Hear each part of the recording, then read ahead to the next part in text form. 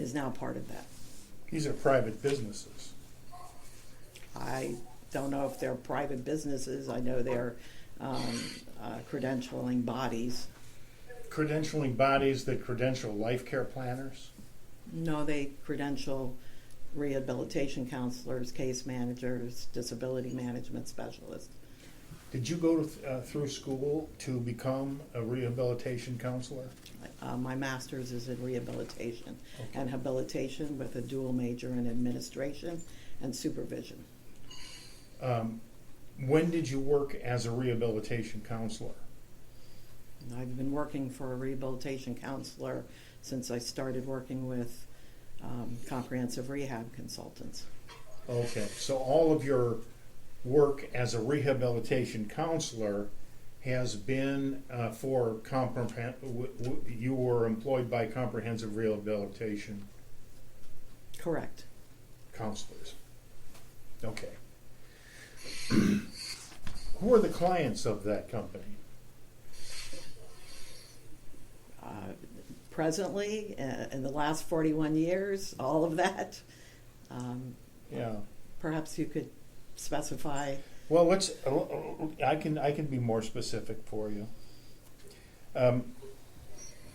Have you yourself ever been hired by a hospital to prepare a life care plan for an individual? For a hospital, as part of a discharge summary, the company, and then I'm in my work for the company, has prepared life care plans. I asked about you because I can't cross-examine the company. Well, they retain the company at that time, probably Mr. Foreman, and I worked with him on preparing the life care plans as part of those discharge summaries. Which hospital? Used to be Health South. I think there was another one, West Gables. Probably, trying to think, maybe South Miami or Baptist. Discharge planning for what kind of patients? Brain injury, spinal cord injury. Did you were you ever hired by a hospital to prepare a life care plan for a catastrophically injured baby? I don't recall that, no. When you were hired by a hospital to prepare a plan for individuals who had suffered traumatic brain injury, were these individuals who had been previously employed? Foundation.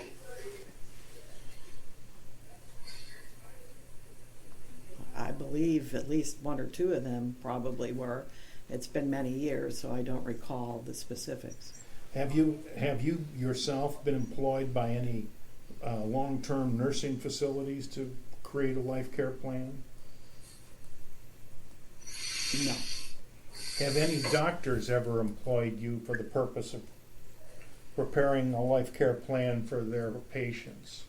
Not employed. That I've had families referred to me by doctors, but not paid or hired specifically by a doctor.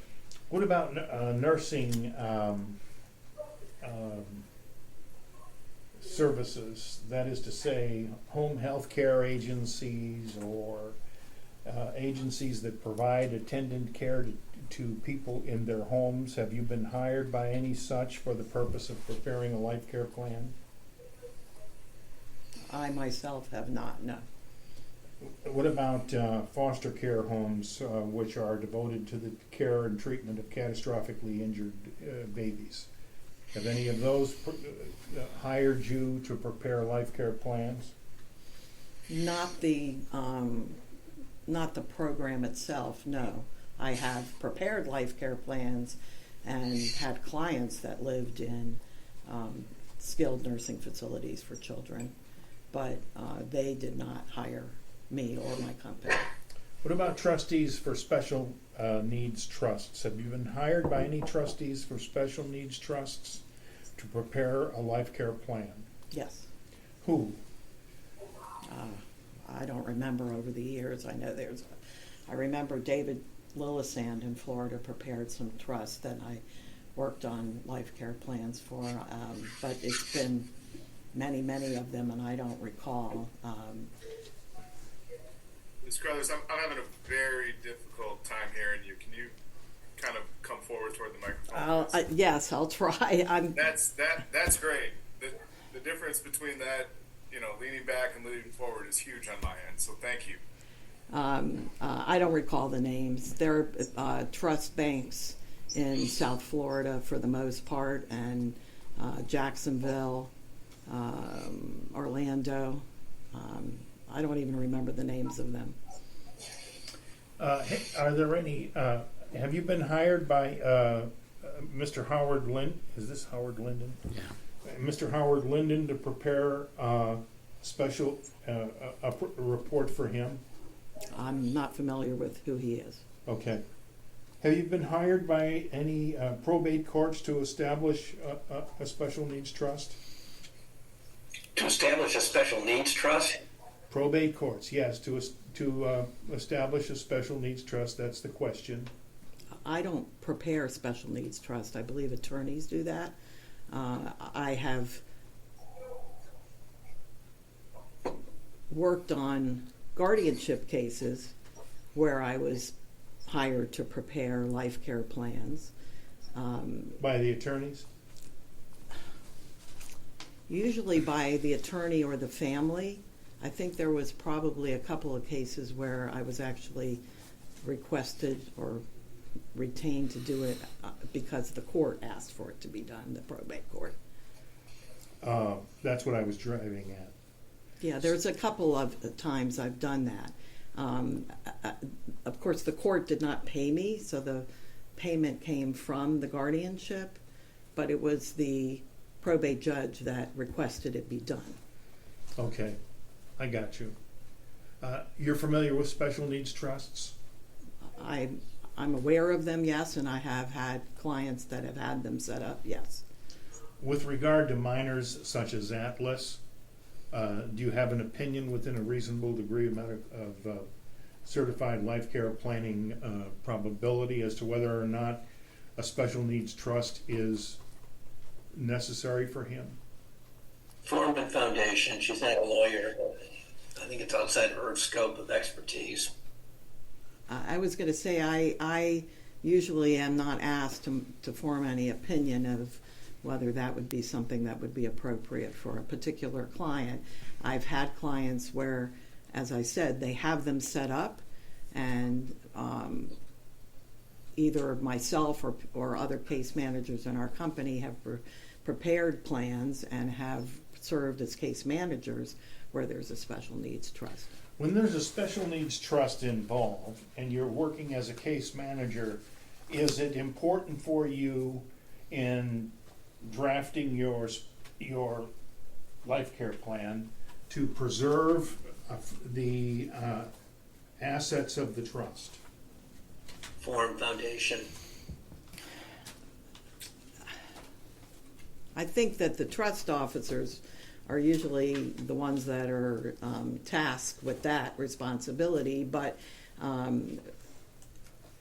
we are aware of, and I am aware of, the utilization of providers or services that can continue to be funded by other sources outside of the trust, if possible. You have knowledge and experience with regard to the preservation of sources of funds for the providing of needed medical services, prescriptions, and goods. Form. So as a case manager, if for example, Medicaid, if a child retains Medicaid, then yes, I'm aware that Medicaid will pay for what they'll pay for. I also understand they have some type of a lien should the Right. child pass away. But beyond that, my job is as a case manager. Right. Medicaid retains a lien, but in the cases of special needs trust, the trust is designed to preserve the beneficiaries of access to Medicaid, correct? Foreman Foundation. I believe that's She's not a lawyer. I believe that's part of the reasoning. Yes. Okay, because it's a rule of the trusts that you do not needlessly spend trust money on things that will be provided by other resources, correct? Forum Foundation. I'm also going to object to this in the event that we ever play this to a jury or read this to a jury regarding collateral source. So my understanding is that is a good reason for them being set up in the first place, is to be able to do that. Okay. Now, do you distinguish between collateral sources and other sources of public funding? Forum Foundation. She's not an attorney. I try to take into account what the federal government is supposed to be overseeing in terms of providing special education services and therapy that's educationally relevant. And beyond that, I'm not looking at other collateral sources as part of my analysis in most cases. Do you try to, in your drafting of a life care plan, tabulate costs that are not paid for by public sources? I show an offset if the school system is providing therapy or special education. So you do make provision in the life care plan for sources of public funding that are not to be charged to the defendant whom you're creating the life care plan against, right? Just Foundation. just the offset for what the school system is supposed to be providing. Okay. But in the case of a special needs trust, where a conservator is appointed and the conservator is a special needs trust lawyer,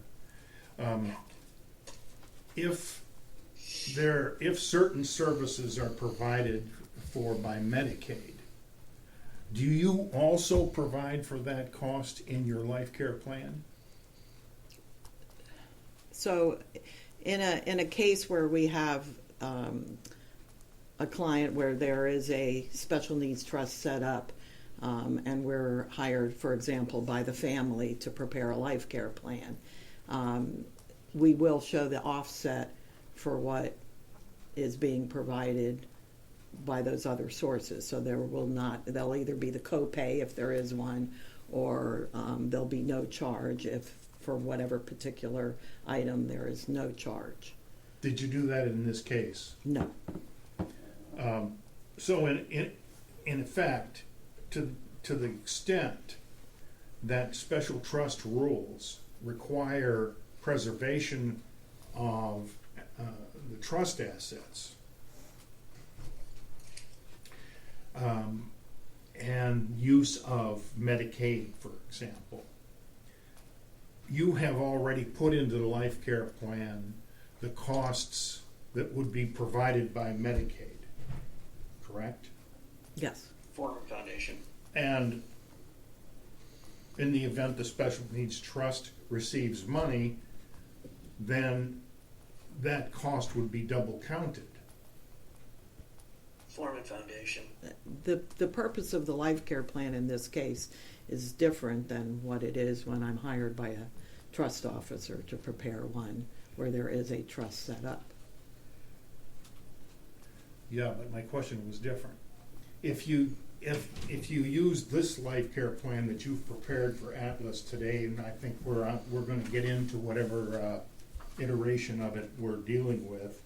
If we use this life care plan, it is true that the costs that are going to be provided by Medicaid, should the probate court rule that Atlas's money has to go into a trust, being in excess of $5,000, if a probate court rules that it has to go into a trust, your life care plan as it presently exists double counts certain costs, true?